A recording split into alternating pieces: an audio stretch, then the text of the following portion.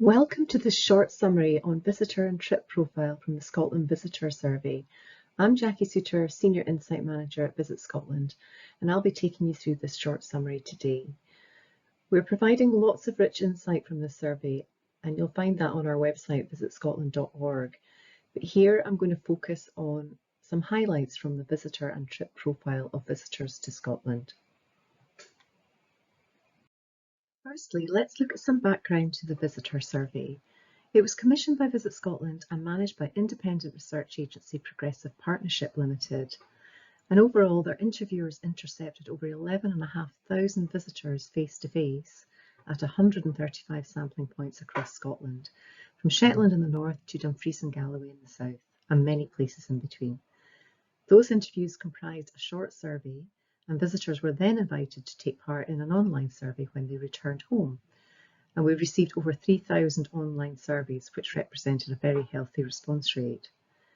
This survey gives us great opportunities to speak to visitors when they're actually here in Scotland, and they can tell us about their experiences on a variety of topics from the start to end of their visitor journey. This survey focuses on overnight leisure visitors, with both day visitors and business visitors being out with the scope of this research. Before we look at where Scotland's visitors come from, firstly, a technical note, as it's very important to ensure that the overall data from the Scotland Visitor Survey is representative of all Scotland's visitors. So in order to achieve that, we had to weight the overall survey data.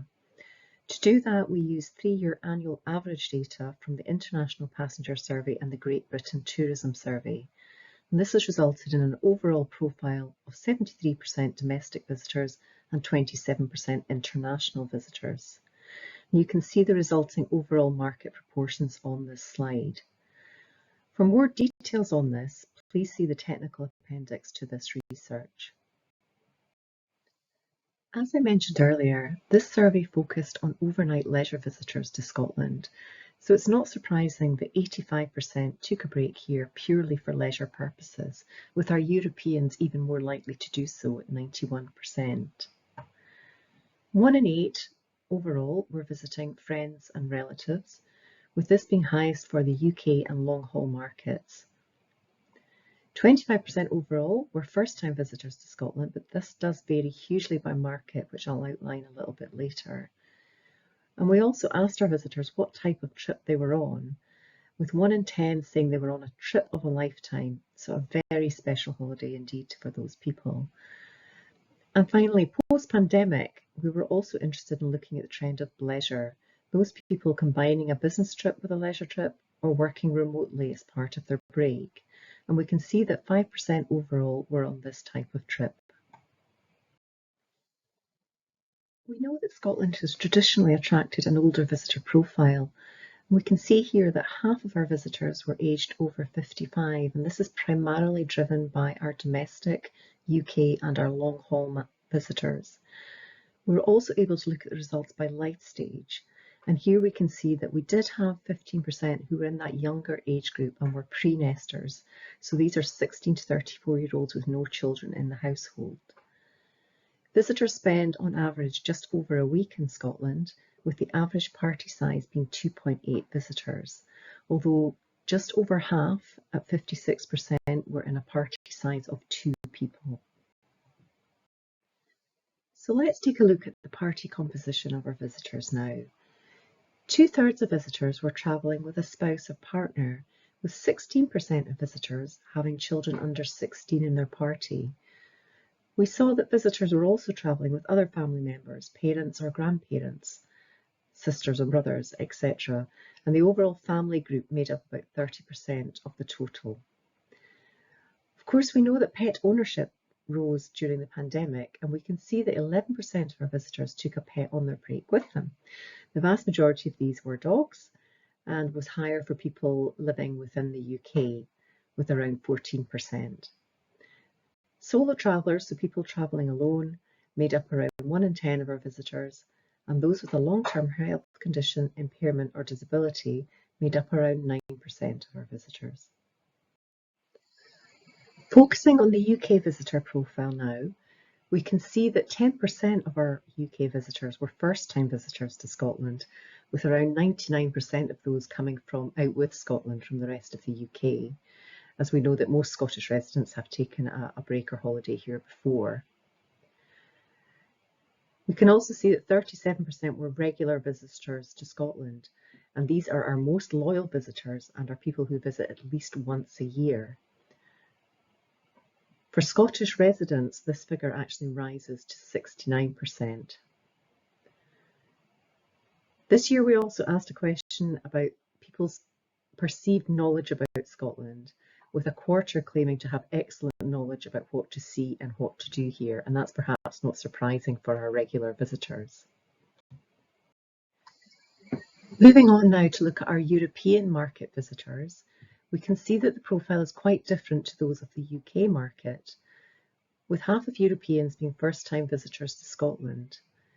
If we look at visitors from France, this figure rises to around 64% who are first-timers, and we also know that around 1 in 10 Europeans are also regular visitors to Scotland.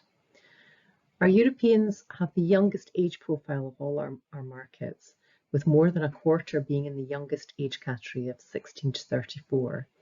And this is also reflected in the proportion of visitors who were students or in full-time education. Our first-time visitors from Europe were also much more likely to be younger. Almost 3/4 of Europeans were touring around Scotland, staying in 2 or more places, with around a fifth staying in an urban town or city location. Visitors from Southern Europe, for example Spain or Italy, were much more likely to be staying in one urban location than those from Northern Europe, our French and German visitors. Europeans stay longer than visitors from the UK, with an average of 10.4 nights spent in Scotland. However, those visiting urban locations tended to have a shorter stay than those who were touring. And finally, let's look at our long-haul visitors. By long haul, I'm referring to Visit Scotland's key markets of the USA, Canada and Australasia. So this market is the most likely to be first-time visitors to Scotland, with 61%. For visitors from the USA, this is an even higher figure at 68% being first-timers. Our visitors from Australia are more likely to be repeat visitors, with only 47% being first-timers. And you may remember I mentioned at the beginning that some visitors were on the trip of a lifetime, and you can see that our longer haul markets were much more likely to be on that kind of trip compared to the 10% average. Finally, although we didn't focus on visitors who were travelling as part of an organised tour group, we did come across people who were doing some independent tourism away from their group, and we did interview those people. We came across more long-haul visitors who were travelling as part of an organised group tour than any other market.